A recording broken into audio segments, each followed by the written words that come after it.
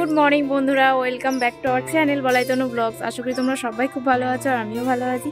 তো চলে এসেছি আবার একটা নতুন ব্লগ নিয়ে। আমি তনুশ্রী, আর আজকে সকাল থেকে দেখো ভিডিওটা শুরু করলাম।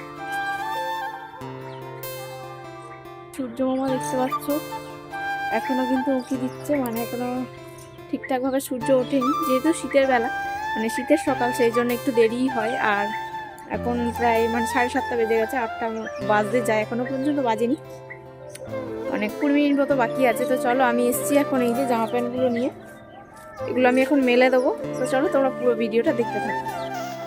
আর এদিকে কিন্তু তোমাদের দাদাভাই চলে এসেছে জল দিয়ে। সকালবেলা গিয়েছিল জল দিতে, প্রায় 5টা 5:30টার দিকে চলে গিয়েছিল।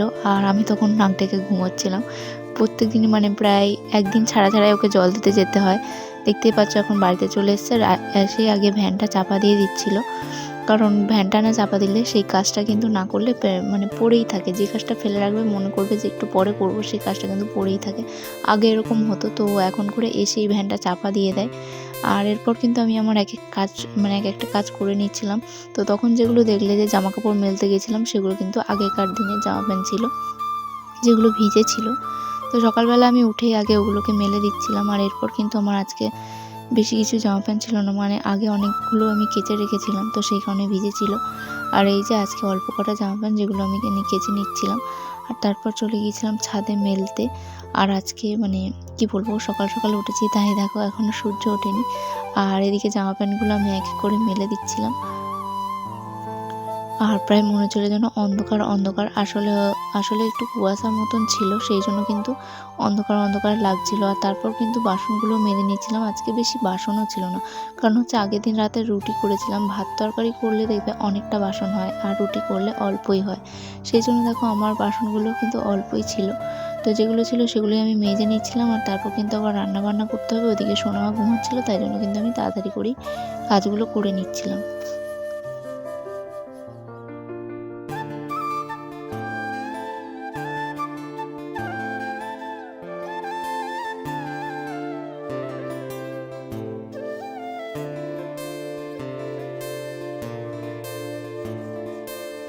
তুমি এখানে কেন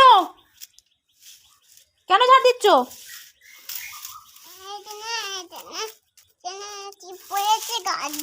চিপ পড়েছে, আমি ঝাড় দিতে বলেছি? সব পড়ে গেছে, প্যাকেটে নেই। বলেছি আমি জলের দিকে আসতে না, একটু আছে দেখ।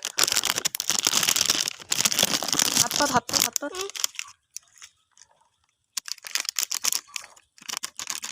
নেই।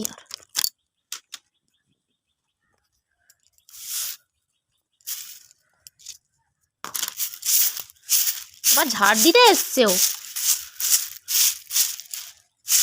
বলেছি এখানে জল পড়ে আছে, এখানে যাস না। এখানে কি করে জল পড়েছে? এখানে এত জল কি করে পড়েছে? কে জল ফেলেছে এখানে? হ্যাঁ, কে কে ফেলেছে? তুমি ফেলেছো?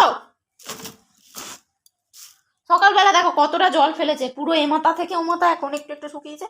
এমাথা থেকে ওমাথা পুরো জল হয়ে গেছে, ওই ঘরেতে জল ঢুকে গেছে। এই যে আমাদের জলের ফিল্টার বসানো আছে, দেখো এখান থেকে সব জল তলা দিয়ে হয়ে পুরো ওইদিকে ভেসে গেছে। যেহেতু ঢালুটা ওইদিকে, তাই ওইদিকে সব জল পড়ে গেছে।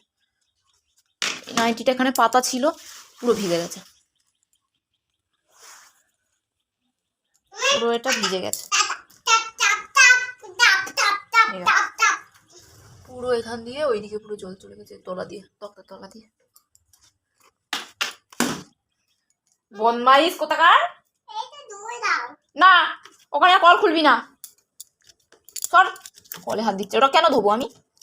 কল বন্ধ আছে, কল খুলবি না একদম, আমি বলে দিলাম। এদিকে সরে আয়, জল পড়বেই না, সর এখান থেকে।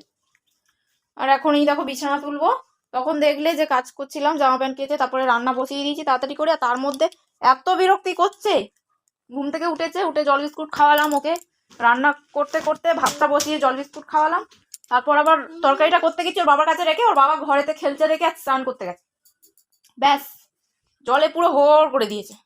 তো বন্ধুরা, স্নান টান করার পর সোনামাকেও স্নান টান করাচ্ছিলাম। অনেকটা কাজও বাকি ছিল মাঝখানে, বেশ কিছুটা, তো সেগুলো তাড়াতাড়ি করে নিয়েছি। আর তোমাদেরকে সেরকম কিছু দেখানো হয়নি। এখন আমি ভাত খেতে বসেছি। এই দেখো এখানে আছে ভাত, ক্যামেরাটা কেমন একটা খোলা খোলা। হ্যাঁ দেখাচ্ছি। এই দেখো এটা আছে ভাত, আর এখানে আছে এই যে এটা হচ্ছে রুই মাছ আলু দিয়ে একটুখানি কষা কষা করেছিলাম, কারণ বেশ কিছুদিন হয়ে গেছে মাছটা সেবার করে একটু ঝোল খেয়েছি, সেই জন্য ভালো লাগছে না ঝোল খেতে, মানে ঝোলই করেছি কিন্তু কষা কষা করেছি যাতে ভালো লাগে। আর আলু না দিলে তো সোনামাও খেতে পারে না, সেই জন্য আর কি একটা তরকারি যেহেতু সেই জন্য আলু দিয়ে করেছি, না তো ঝাল করে নিলেও হতো।